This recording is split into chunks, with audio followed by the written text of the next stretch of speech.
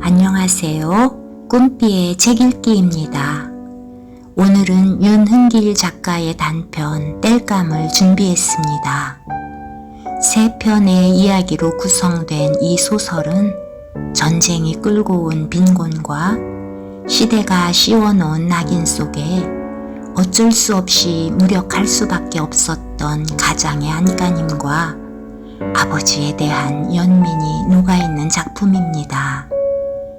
이 작품은 서로 다른 땔감의 내용이어서 며칠 사이를 두고 한 편씩 올리려고 합니다.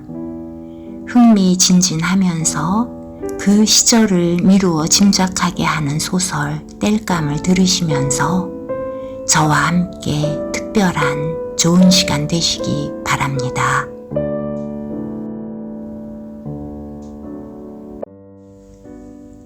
땔감. 그런 일이 있을 줄 미리 예감이라도 했던 듯이 아버지는 당최 내키지 않는 표정이었다. 그도 그럴 것이 내가 알기로는 난생 처음 아버지가 저지르려는 나쁜 짓이었으니까. 그때 나는 알고 있었다. 이제부터 아버지와 내가 하려는 일이 일종의 도둑질에 해당된다는 사실을 알고 있었다. 좀 더 솔직히 얘기해서 그것은 일종의 도둑질에 해당되는 정도가 아니라 명명백백한 도둑질이 분명하다는 사실도 나는 알고 있었다. 남의 물건은 터럭 하나라도 건드리는 법이 아니다. 언젠가 주인 모를 밭둑에서 손가락에 피가 맺히게 억세디 억센 발행이 덩굴을 잡아 뜯다가 오동포동 속살이 들어찬 무밭을 보고 불현듯 시장길을 못 이겨 내가 한 뿌리 뽑으려 하자 아버지가 불쑥 던진 말이었다. 그 말이 부끄러움을 모르는 내 식욕에 죄를 뿌렸기 때문에 나는 단박에 무르춤해져 가지고 말려서 아궁이에 넣을 발행이를 뜯는 일에 도로 길을 쓰고 매달릴 도리밖에 없었다. 그런데 무 한 뿌리에 견주면 이제 곧 우리가 훔치게 될 것은 그 북덕이로 보나 무엇으로 보나 징역을 살린데도 싸게 낫달을 게 없을 지경이었다. 아버지도 참 많이 변했다. 어머니를 비롯하여 우리 식구 모두는 아버지의 변모를 하나같이 환영하고 있었다. 아버지의 변모를 안타까워하고 슬퍼하는 사람은 오로지 아버지 혼자뿐이었다. 구름 위로 우뚝 솟은 자기를 두엄자리까지 끌어내리려 음모하는 것들이 바로 우리라고 아버지는 굳게 믿는 눈치였다. 든든히 먹어두어라. 사람 백구레가 비면 담력도 자연 허해지는 법이니라. 밥덩이를 듬뿍 떠 내 그릇에 덜어주면서 아버지가 말했다. 밥이라야 들쩍지근한 고구마 투성이 진 떡에 지나지 않는 것이었다. 이삭밭 힘으로 얻은 쌀아기에다 고구마를 놓은 거라고 어머니는 곧잘 터무니없는 소리를 하곤 했는데 사실은 어머니의 그 우겨대는 소리를 훌렁 뒤집어 놓으면 그것이 바로 올바른 순서가 되었다. 다시 말해서 고구마 솥에다 약간의 쌀아기를 섞어 지은 밥이었다. 하지만 뭐가 됐건 나는 사양하지 않았다. 아버지의 말이 옳았다. 만약 내 담력이 허해지는 날이면 이를 자주 그르쳐 잼병으로 만들어 놓을 염려가 다분했다. 저녁을 그럭저럭 마쳤다. 아버지는 많이 모자라는 담력을 숭늉대접을 벌컥벌컥 들이켜 빈 뱃구레를 채우는 것으로 벌충한 다음 곧장 깜깜한 마당으로 내려섰다. 뒤따라 내가 밖으로 나갔을 때 아버지는 이미 출발한 채비를 갖춘 채 어둠 속에서 나를 기다리고 있었다. 아버지가 걸머진 것은 발채를 얹은 본격적인 지게인데 반해 내 것은 가마니였다. 해걸음 전에 아버지가 가마니를 띠를 묶어 멜빵을 달아놓았으므로 나 같은 약질이 짊어지기엔 아주 안성맞춤이었다. 괜찮으요? 어머니가 근심스런 목소리로 물었다. 하도 오랜만에 접보는 지게라서 어떨까 했더니 슬슬 옛날 가락이 나오려고 하누만. 누가 들어도 그 과장기를 충분히 눈치챌 수 있게시리 아버지의 목소리는 예사롭지가 않았다. 얼굴 표정을 숨길 수 없는 훤한 달밤이 아니기가 참말 다행이었다. 들키지 않게 조심하시오. 어머니의 목소리는 한꺼풀 더 근심스러워졌다. 식구들을 말짱 다 얼어 죽일 작정이냐면서 무섭게 몰아세우던 때와는 딴판으로 정작 아버지와 나를 떠내보낼 임시에 어머니는 걱정도 팔자로 많았다. 제순머리 없이 초장부터 그렇게 참깨방정 들깨방정 떠는 법이 아니오. 아버지가 평소에 그답지 않게 버럭 호통을 쳤다. 들킨다는 것, 들킬지도 모른다는 것은 참으로 곤란한 얘기가 아닐 수 없었다. 신경질을 부리는 정도가 지나친 점으로 미루어 아버지가 내내 속으로 가장 걱정한 것이 무엇인지를 짐작하기는 그다지 어렵지 않았다. 우리는 집을 나섰다. 아버지가 앞장을 서고 내가 그 뒤를 따랐다. 지척을 분간할 수 없는 어둠이 우리 부자 사이를 자꾸만 갈라놓으려고 덤볐다. 하늘에는 귀 떨어진 조각별 하나 안 보였다. 쌕쌕이처럼 기분 나쁜 휘파람 소리를 지르며 들판을 온통 휩쓸고 오는 바람 끝엔 어김없이 칼날이 들려있어 목도리를 칭칭 동여 감았는데도 쩍쩍 갈라지는 아픔이 콧마루와 뺨에서 떠나지를 않았다. 대단한 강추위였다. 등 뒤에 바싹 붙거라. 바람이 아버지의 목소리를 흉내내어 내게 말했다. 나는 그 말대로 머리를 잔뜩 숙여 붙이고 바람의 등떨미로 바싹 따라 붙었다. 그러자 그것은 바람이 아니었다. 아버지가 내 앞에서 바람의 칼날을 부러뜨려 양옆으로 흘려보내고 있었다. 아버지의 등이 전에 없이 커져서 갑자기 뒤에 매달린 바지개의 넓이하고 거의 비슷할 정도였다. 춥지야. 이번에는 아버지가 영락없이 바람의 목소리를 흉내내었다. 아니라고. 별로 추운 줄 모르겠다고 대답할 참이었다. 그런데 나는 엉겁결에 그만 커다란 실수를 저지르고 말았다. 예, 너 못할 일만 시키는갑다. 아버지는 대번에 풀이 죽었다. 우물쭈물하는 사이에 아버지가 또 말했다. 얼어 죽이지 않으려고 한다는 풍신이 이 모양이구나. 갑자기 고래가 막혀 아무리 불을 쳤대도 깎아중이 이마 씻은 물만큼도 방바닥이 미적지근하지 못했다. 엄동의 한복판에서 졸지에 당한 일이라 방구들을 뜯어 고칠 수도 없는 노릇이었다. 아궁이를 손보고 화덕 위에 구멍을 뚫어 손잡이가 긴 고래땅그레로 그을음 덩어리도 대충 긁어내보고 굴뚝도 쑤셔보는 등등으로 별의별 수단을 다 써보았으나 헛수고일 뿐이었다. 한 번 막혀버린 고래는 어거지로 우겨 넣으려는 불길을 한사코 도로 아궁이 밖으로 내뿜기가 예사였다.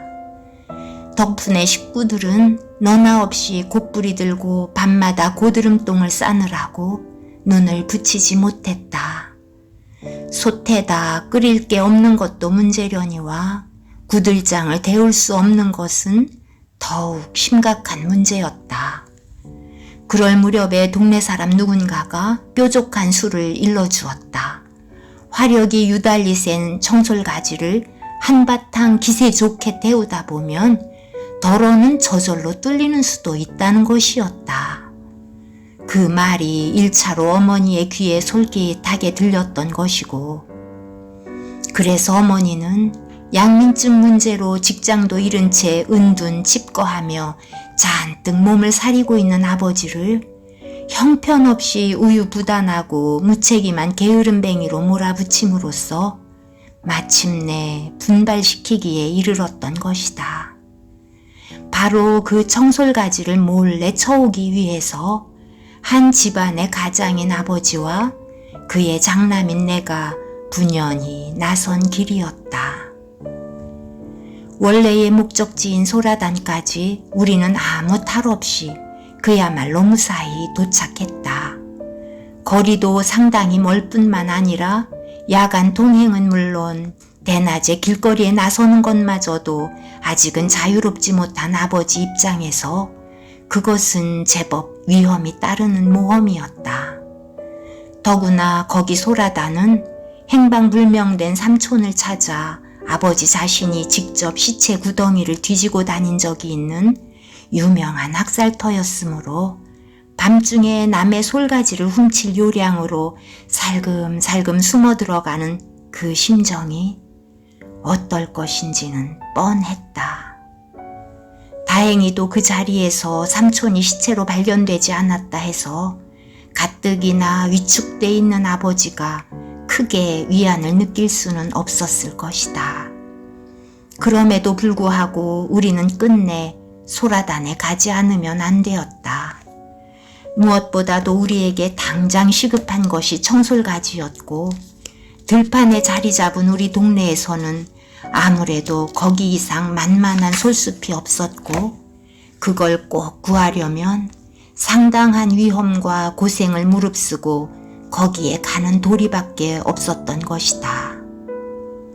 산감의 눈을 피해 감시소와는 정반대쪽 으슥한 골짜기에 지게를 받쳐놓은 다음 아버지는 곧 일을 시작했다. 낮이 한자루뿐이라서 아버지가 솔가지를 치는 동안 나는 멀찌감치 떨어져 망을 보았다. 아무것도 안 보였으나 소리만은 잘 들렸다. 너무 잘 들려서 오히려 미칠 지경이었다. 낫지라는 소리가 바람 소리를 도막도막 자르고 있었다. 그 소리는 먼저 바람을 자르고 다음 산자락을 한쪽서부터 차근차근 썰고 마지막으로 내 가슴에 부딪혀 와서는 그나마 남아있던 콩알만한 담력을 가루로 으깨 놓았다. 낫을 맞은 나뭇가지가 비명을 지르면서 땅바닥에 떨어질 때마다 온몸에 소름이 돋았다. 아버지는 작업을 너무 서두르고 있었다. 때문에 들킬 작정으로 일부러 그러는 것처럼 고운히 잠든 소라단을 흔들어 깨우고 있었다. 아버지의 서투른 도둑질 솜씨를 원망하면서 돌을 쪼는 정만큼이나 딱딱 울리는 낫질 소리에 온통 정신을 팔다가 나는 망보기를 자연 게을리해 보였다. 꼼짝 마라! 느닷없는 호통 소리와 함께 전짓불이 아버지를 환하게 사로잡았다. 너무도 놀란 나머지 아버지는 마치 헛불 맞은 노루와도 같이 펄쩍 한 차례 뛰는 것 같았다. 어떤 놈이냐? 그 소리가 골짜기에 메아리 쳐서 금방 되돌아왔다. 어떤 놈이냐, 불을 꺼야 대답을 허겄네. 눈이 부셔서 고개를 바를 수가 없는지 아버지는 낯을 쥔 손으로 얼굴을 가렸다. 그 바람에 어찌 보면 대항이라도 할 것 같은 용감한 자세가 되었다. 잔소리 말고 어서 양민증이나 끄네. 여전히 전짓불을 무자비하게 들이댄 채로 사내는 기다란 몽둥이를 휘둘러 위협적으로 좌우의 소나무 둥치를 후려 갈기면서 아버지한테 다가섰다. 자네가 누구 간디 내 양민증을 보자고 그러는가. 양민증 소리 한마디에 벌벌 떨 줄 알았으나 아버지는 의외로 침착하고 능갈맞게 나오는 것이었다. 보고도 몰라? 소라 산림감시소 산감님이다. 없네. 집에다 두고 왔네. 요놈 자식 좋게 말여서 말 안 듣누만? 감시소로 가자. 너 이놈! 이번에는 아버지가 호통을 쳤다. 그 소리가 또 메아리쳐서 되돌아왔다. 너 이놈 어려려? 도적놈이 감히 누구더러 댔대? 큰 소리요? 자식놈 듣는 자리서 어따 대고 함부로 놈자를 팡팡 놓느냐. 허허허허허. 하도 어이가 없었던지 산감이 한참이나 너털 웃음을 쏟아놓았다. 그렇게 자식 어려운 줄 아는 놈이 자식가장 앞세우고 도적질 댕기느냐? 어허, 그 도적 소리 고만두지 못할까? 우리 이럴 게 아니라 애나 먼저 보내놓고 단 둘이서 조용히 얘기하세. 무슨 소리? 애도 같이 끌고 가야지. 자네는 자식도 없는가? 애비가 못 당할 꼴을 당하는 걸 아무 죄도 없는 자식이 꼭 봐야만 자네 직성이 풀리겠는가? 아까부터 이놈이 누구 보고 건방구지게 자네요? 산감이 언성을 높였다. 그러나 나를 보내고 안 보내는 문제에 대해서는 더 이상 시비를 삼지 않으려는 기색이었다. 아버지가 나 있는 쪽을 어림으로 지목하면서 눈짓을 했다. 빨리 돌아가라는 신호였다. 걸음아 날 살려라고 숲 사이를 빠져 나는 골짜기 아래로 도망치기 시작했다. 산감의 눈이 미치지 않을 곳까지 멀찍이 도망친 다음 아버지를 기다렸다. 나처럼 아버지도 도망쳐 나오기를 이제나 저제나 하고 기다리고 있었다. 그렇게 한참을 기다려봐도 아버지는 돌아오지 않았다. 붙잡힌 아버지를 두고 나 혼자만 돌아갈 수는 없는 일이었다. 집에 가서 어머니한테 설명할 말이 없는 채로 그 자리를 떠날 수는 없는 노릇이었다. 나는 발소리를 죽이고 아버지가 붙잡혔던 자리로 살금살금 다가가기 시작했다. 만일 거기에 없으면 산림감시소가 있는 맞은편 짝 산기슭까지도 가볼 작정이었다. 다행히도 중간에서 아버지를 만났다. 깜깜한 속에서도 나는 아버지가 등에 지게까지 메고 있음을 알았다. 나는 잠자코 아버지의 등 뒤로 돌았다. 괜찮다. 내가 그냥 지고 가마. 내 몫에 가마니를 내리는 걸 아버지는 허락하지 않았다. 먼저 돌아가라니께 여태까장 안 가고 어디 있었냐?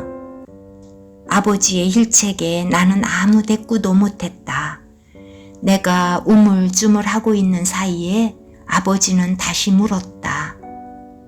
너도 봤자? 그 말이 뭘 뜻하는 건지 새겨들을 겨를이 없었다. 아버지가 거푸 물어왔기 때문이다. 아버지가 그 버르장머리 없는 산감 녀석 혼내주는 것 너도 똑똑히 두 눈으로 봤지야?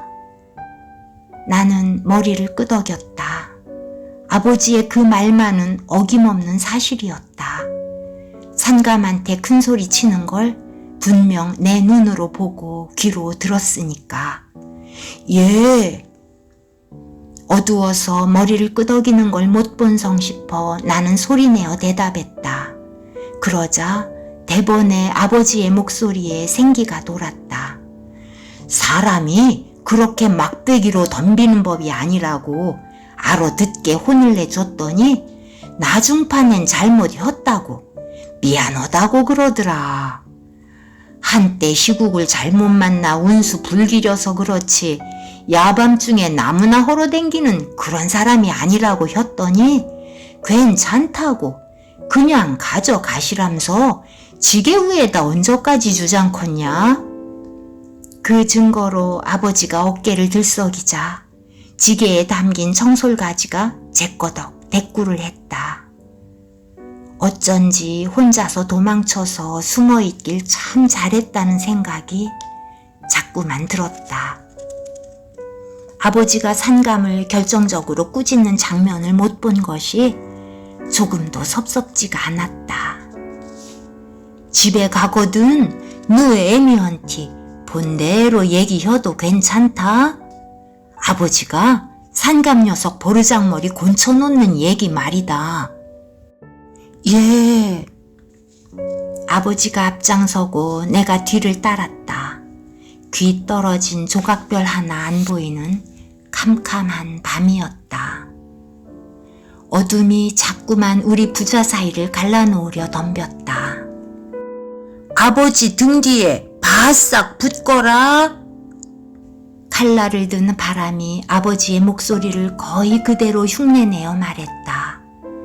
나는 아버지가 하라는 대로 했다. 그러자 그것은 어느새 바람이 아니었다. 되게 춥지요?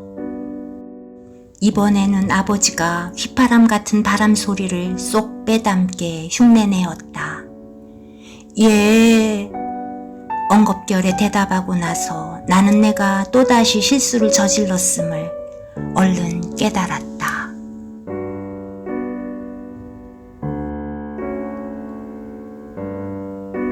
시대적인 어려움을 통과하며 가정의 생계와 안녕을 책임져야 하는 아버지. 윽박지르기는 했으나 산감이 착한 사람일 것은 같지요. 그래도 산감과 둘이 남겨졌을 때의 숨은 이야기가 짐작되며 아버지에게 애잔한 마음이 듭니다. 저는 다음에 땔감 두 번째 이야기로 다시 이 자리에 오겠습니다. 안녕히 계세요.